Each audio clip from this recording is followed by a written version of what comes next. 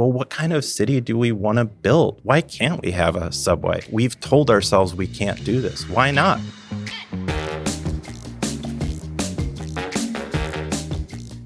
That's the voice of Francis Grunow. And today we talk about the future. Do we, as a city, as a region, need to think, to dream bigger? Grunow's Greater Detroit Windsor Project is interesting, and today's episode is a challenge to ask, why not? What if we had an abundance mindset as far as growing, instead of being worried about what we're losing, or if our neighbor had more than us? I'm Jairus Days, and this is episode 1632 of your Daily Detroit for Monday, March 31st, 2025. Before we get started, I wanted to ask, what's the thing you want to see in Metro Detroit? Send me feedback, dailydetroit@gmail.com, or hit the voicemail, 313-789-3211. Also, thanks to our members, patreon.com/dailydetroit. We're fully independent media based right here, now with an annual supporting option and no corporate overlords. Your support goes straight to the production and snacks for Isabel the studio dog at patreon.com/dailydetroit. All right, let's get into that conversation. Joining me at the table at TechTown is Francis Grunow. He is the project director of the Greater Detroit Windsor Project. And Francis, this is not your first time on Daily Detroit, but this time I'm excited to say that we're going to talk about the future. Absolutely. I mean, I love the past. We talk about the past a lot, but I'm also very interested ultimately in the future because I want to build a place with us all having the future as a hopeful kind of idea that we can make this place a better place. And that ties into the creation of the Greater Detroit Windsor Project, right? Yes. So I'm going to assume our listeners have not heard of it. So why don't we do a little thumbnail on what it is and why you decided to do something like this? Yeah. Ever since I got interested in cities, which was really, I would say, at Cass Tech when I was in my senior year, down in the Cass corridor, thinking about Detroit as the city I grew up in and thinking about the place that I was seeing around me, I had an idea that Detroit is in this larger context, right? It is Detroit, obviously. It is the home and heart and beginnings of the city and region that we would become. But it really was a place in a larger context. And the larger context to me, Metro Detroit, or I'm calling it Greater Detroit and Windsor when we get to that too, it's really a set of relationships that have built our reality and how we live here. From a very early point, I was aware that Detroit had a place in a larger context. And over the last 30 years now, dating myself a little bit. Welcome to the club. Yeah, I'm right. I've come to terms with that. But over time, that idea of regional identity and regional understanding and regional interplay and context, it's become more and more prevalent to me that understanding Detroit in the context of its place as a region and how the region sees Detroit and how the region sees Detroit as a going concern or a potential, we're all intertwined. There's this sense of common destiny that I think is really something that we need to work on, that we could improve upon, and if we got right, could unlock a huge potential into the future and make the city and the region a better place, a place that people can raise families in, make money in, have a great quality of life in to a greater degree than we do now. When I started doing this work years ago, because now this podcast is 8 years old. Wow, congrats. There are many things that I have learned over the last few years. Yeah. And one of them is that, I admit that I have somewhat of a city bias because I've been from the city. I'm a city urban person. But I used to think that every division was like city, suburbs. And what I've realized is that it's not just division, it's also understanding across so many places. As this show has grown, I've realized how many people say, don't even that often go from Southfield to Royal Oak. Yep. Or even that often go from Mount Clemens to Clawson. Or I think about all the ways that we are actually connected economically and we are actually connected in the eyes of the rest of the country and the world. Yes. But here it feels like a series of polycentric hubs, but we don't have enough connections between them. So we sometimes don't think about the fact that we are actually, whether we want to or not, we're actually all in this together. Absolutely. That idea of common destiny to me is very powerful. This project, the visualization, if you will, of it that I really like is the region, or Detroit, let's say, and its surrounding communities from space, whether it's SpaceX or not, or a picture. Some might go with Eurotel now. Yeah. Picture this, if you will, dear listener. You're looking down upon the region from space, but at night, because at night, it's dark, obviously, but the parts that are lit up are the parts that we've invested in for life. Where we've invested in for life are the places that, if you see them, in these pictures of Earth from a satellite, you see very dark areas, and then you see very vibrantly lit places. And that's really where you see these regional economies, and you see them all over the country. I mean, it's not just Detroit, obviously. You see them all over the world, and you see them in ways that are new and refreshing, as well as very familiar. The way that I like, especially how they work in this project and how they refer to common destiny, is that you don't see those municipal boundary lines as clearly. You can look and discern them if you really stare. And like if you zoom way in, one way you could tell maybe is the color of the street lights, because different cities only recently, yes. But different cities will have different color of street lights. Yes. So you can, but ultimately it gets to your point that really we are a regional economy. And we are just as likely as some of those people might not ever leave, their neighborhood. Or like if you're in New York City, you might not ever leave your Brooklyn neighborhood, but you're part of New York City. So it's as much a construct of the mind as it is, something that means something in a municipal sense, right? You have a long history of advocacy in a variety of areas. Why did you decide that it was time to do this? Because some of the stuff you've done, to your credit, some of it's been city specific, some of it's been very focused on the neighborhoods. What said, okay, I need to look at this in the bigger picture? Because I think about some of our listeners who will highlight something in, I don't mean to pick on Clawson today, but I guess I'm picking on Clawson. In Clawson, they'll be like, that's not Detroit. And it's like, but that's our service area. Like, what made you think about that? Because I think a lot of people bring to, when they're passionate about Detroit or local stuff, they think about just Detroit or just Oakland County or just Ferndale or whatever. Right. I am a city guy like yourself. I love cities. I love Detroit. I mean, I'm a Detroiter. That means something. It means something, to me as a sort of legal construct too, because that is a reality. However, comma or semicolon or whatever, we are all part of this project together.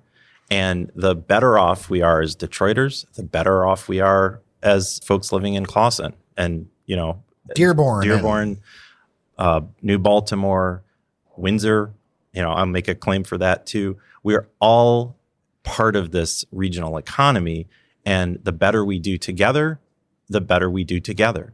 And it's just, it's an inherent idea that I think is long time coming, and it's not a new idea. People have been working on this concept for many, many years, decades, in fact. But I think, unfortunately, we let things like race and class and status dictate a lot of the decision making that happens, and things that, have happened over the decades that make it look the way that it does. It doesn't have to be that way. In fact, if we think about how Detroit as, a dynamic city, let's say 50 or 60 years ago, just in terms of population, in terms of economics, how that's literally just spread across Southeast Michigan, and thinking about, what makes cities really economically vibrant, we all have an interest in that. And so that's really the idea that I wanted to explore in this project, is that the region is really interconnected, almost like, organism, right? And that we live in this all together. And if we can make this all work, if we're all sort of thinking about a future vision together, and we don't have to agree on everything. I mean, that's part of the process, right? But if we can have the conceit that we're all connected in this way, I think that we will be that much better off. I could pull on so many threads here, right? Because there's so many directions you could go into, like whether you agree with the Ren-Sen project or not. At the State of the City, Mayor Mike Duggan was talking about working together with Sterling Heights over a common policy goal that they have. Yep. I think about, things like transit that we've been dealing with. And then that makes me think about the lack of physical connection sometimes. Because Right. when I've traveled, I've realized that things like the L or the subway or a working BRT are like the arteries Yes. that connect these things. And there's something different about when you get in your car and you go a place that is less communal and less connecting, I think. And one of the reasons why Daily Detroit, I think we found an audience, and I started it, was the understanding that we need digital connections and need to use digital tools in this day and age to make these connections, because that's one of the only ways that we're going to be able to do it, is because so many people are in their cars, they can listen to the show and be connected. You mentioned Windsor. That is an interesting addition. Yeah. There is, and there are so many economic and familial connections. I can't tell you how many people I know who are married to Canadians. Yeah. Windsor, as a part of this region, I mean, it's inherent. Obviously, it's a different country. Growing up, I remember going to Windsor, before 9/11 and before the sort of securitization of the border in that way. I remember going to Windsor when I was 19. Yeah, me too. It was a very easy experience. It was a different kind of thing. But that said, the physical proximity is still very evident. In fact, we're building another multi-billion-dollar connection for economic reasons. And the idea that Detroit and Windsor, the downtowns, line up literally across the river from one another.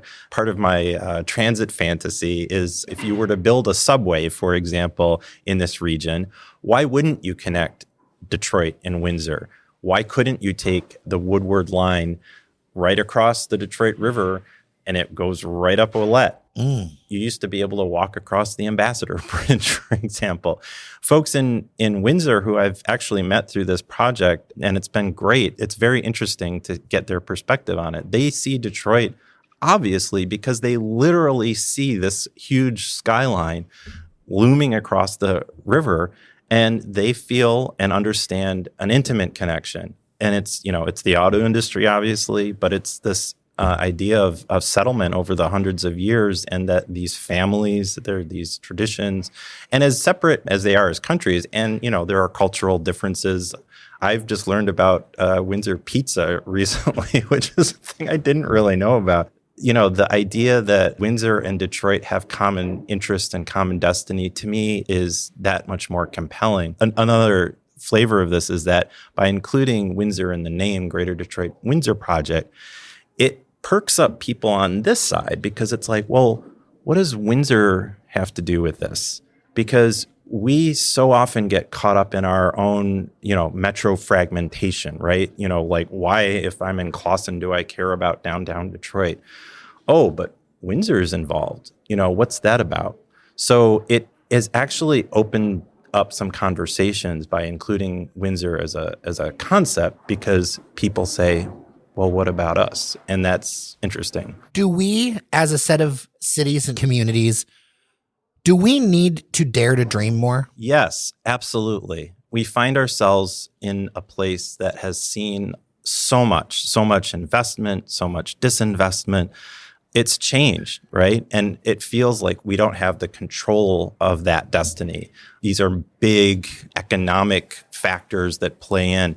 But when you get ahead of that, if you can offer yourself up, and it's hard because it's like extra work to think about, like, what does this place look like in 20 or 30 or 50 years? But if you can get yourself into that headspace and then start going back in time to today, thinking about that future that you want to build, decisions start revealing themselves in ways that are new and interesting. And it gets you to a point where it's like, well, what kind of city do we want to build? Why can't we have a subway? We've told ourselves we can't do this. Why not? There's such huge investment in infrastructure that this place has had over the last 100 years. We are a city, if we're just talking about Detroit, that was building up towards 2 million people, right? We have about a quarter of that, just over a quarter of that now. In the future, places like Detroit and Metro Detroit, Greater Detroit, Windsor will be the places that attract people, from a climate perspective, for example. I mean, these are places that sustain life. We have the literal resources here in the water and the land that allow life to happen. Taking that picture of the satellite at night, we've invested in this place. What could this place look like for our grandkids? Not a lot of people think about that on a day-to-day basis. It's understandable. You have jobs and life, But a project like this allows us to be able to think about stuff more from a prospective kind of vision. And if we can start building a picture, creating a picture, start creating narrative around that, it might inspire people to think, well, what if I changed a little bit this way? Or if I was more open to that? There's nothing that dictates that we need, 130 plus municipalities. I mean, that's just something we've made up. What if, we started thinking differently about how we organize ourselves, how we organize transit differently, how we organize schools differently? It opens up a whole world of understanding and opportunity in a future vision, in a future thinking way that I believe, that's the goal of this, will set us up for success. So what are some of the things that you're currently working on? This project is now funded with money from the Ford Foundation, as well as Hudson Weber gave some. And next year, we had a launch in October, which you attended on a boat in the Detroit River. So Norris came along with me. Yeah, so people could see. It was neutral ground, right? Like it was like international waters. So people, and we had a captive audience of about 50, 60 people. And we talked about some of the things that the next year will bring. So we're doing a candidate questionnaire this summer for local candidates in local offices to get a gauge, to baseline sort of their idea about whether they'd be willing to collaborate across municipal boundaries, like what that would look like, what kind of issues they would want to work on, and get some sense from them about where their priorities might be and how willing they would be to think beyond, think into the future. We're also going to host a couple of other events. There'll be an event in June in Windsor. So we'll invite people over to Windsor to get a new perspective. Unfortunately, the tunnel bus is no longer running, so we'll have to make other arrangements. I was hoping to have a sort of fun tunnel bus over. We've been working with folks at University of Windsor Law School as an example. And then in the fall, we'll host a first ever Greater Detroit Windsor conference, hopefully at Wayne State, where we'll start talking about these ideas. Ultimately, we want to build data or build narratives, I guess, build stories around data in a regional frame. So it's reframing information that we already have in a new way that gets people kind of out of their headspace. What we really want to do is provide a safe space for people to talk about this stuff. That, obviously politics is a big part of this, local politics especially, but there are not a lot of fora for people to really kind of ideate and start thinking longer term and thinking in ways that aren't about like next year's budget or like whatever this policy is or that policy. It's to give people an idea that we are potentially something much bigger than what we are currently, and that we will all benefit from that. People want to know more. Where can they go? I started a Substack as part of this. All right. Like a lot of people. So it's the hot thing. I feel like I'm the only one with my own website. I feel like everyone's got a Substack but me. So there is a website. It's just a landing page that will take you to the Substack. So Greater Detroit Windsor Project, just Google it. You'll find the website and the Substack. And of course, I will link to it in the show notes. Thank you. Francis Grunow, thank you so much. Thank you so much. I really appreciate you. I appreciate you and the opportunity. Thanks, Jer. Thanks so much for listening. Be sure to tell a friend about Daily Detroit. It is the best way to push Detroit's conversation forward. I'm Jer Stays. Tomorrow is our new monthly Where to Go guide for April. You won't want to miss it. Remember that you are somebody, and I'll see you around town.